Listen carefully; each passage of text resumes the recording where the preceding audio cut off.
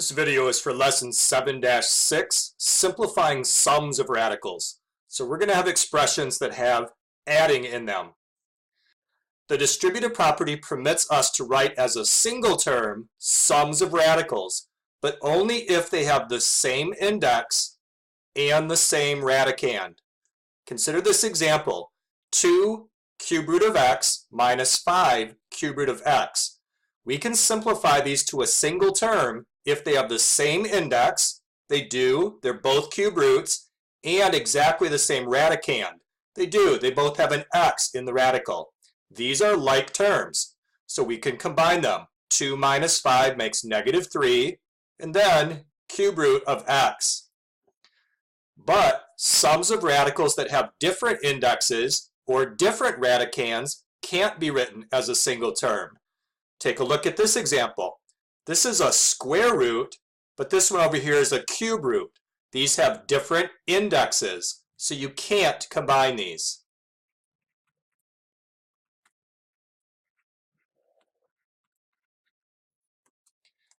To simplify sums of radical, it's a two-step process. Step 1, express each radical in simplest form. That's what we've been practicing for the last 2 days, simplifying a radical. Then, use the distributive property to combine any radicals if they're like terms.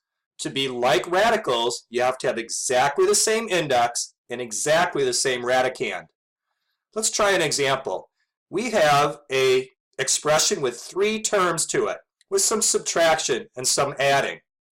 Can we combine these to fewer terms? Step 1 is to simplify each radical. So let's work on this first one here. The square root of 28 does not work out nice, but using what we practiced recently, we can rewrite the square root of 28 as the square root of 4 times the square root of 7. Now look at the variable. A to the second power is a perfect square term. Let's include it in the first radical along with the 4. We're putting everything in the first radical that we can take the square root of. Anything we cannot take the square root of, we're putting in the other radical. Next step, this becomes a times 2a, and then the square root of 7. So this first radical here, the square root of 4 makes a regular 2, and the square root of a squared makes a regular a. Now times these together out front, getting 2a squared times the square root of 7. That's as much simplifying as we can do for this first piece. Now let's go over to this middle section and try some simplifying. The square root of 56 does not work out nice, but maybe we can factor it. So 56 is the same thing as 4 times 14. I'm putting a 4 in the first radical because it's a perfect square. I'm putting 14 separate because it's not a perfect square. Next step, the square root of 4 makes a regular 2. So we get 2a squared square root of 14. Let's bring that down one more step to put it with the one we had before.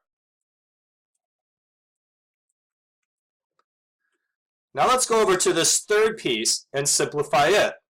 The square root of 63 does not work out very nice, but we can rewrite it as the square root of 9 times the square root of 7.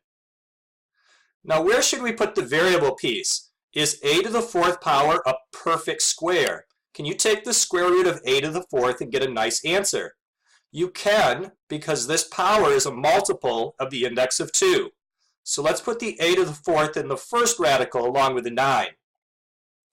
Now take the square root of this, getting 3a squared. But this one here stays as a radical. Again, let's drop this down to be with these other two.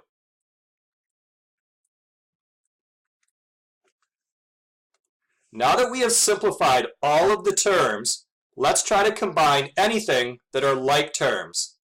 That would be this one and this one. They're like terms because they both have a square root of 7 in them. This one here does not have a square root of 7. It's not a like term.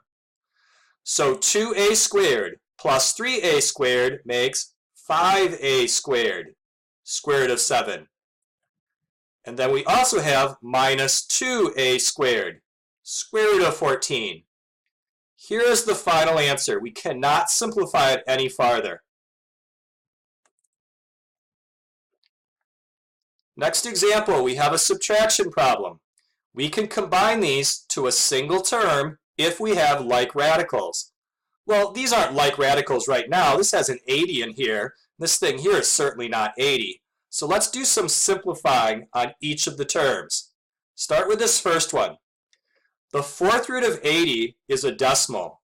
So let's try to factor 80 into a pair of fourth roots. How about we use 16 times 5? That makes 80. And 16 is a number you can take the fourth root of.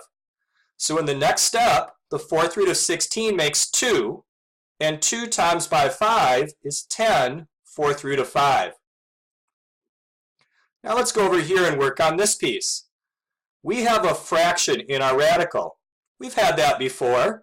We know that we separate the numerator from the denominator. The fourth root of 16 makes 2. So now we have minus 9 over 2, fourth root of 5. Now that we've simplified each piece, do we have like terms? Yeah, they both have the fourth root of 5, so we can combine them. Think of 10 as 20 over 2, because that gives it a common denominator of 2, like how this fraction has a denominator of 2. So 20 over 2, take away 9 over 2, is 11 over 2, fourth root of 5. Here's our simplified answer. In this lesson, we combined sums or differences, right? Because this one had a minus sign, so this is a difference of terms. We combined sums or differences by simplifying the radicals to try to create like radicals. And if we were able to get like radicals, then we could combine.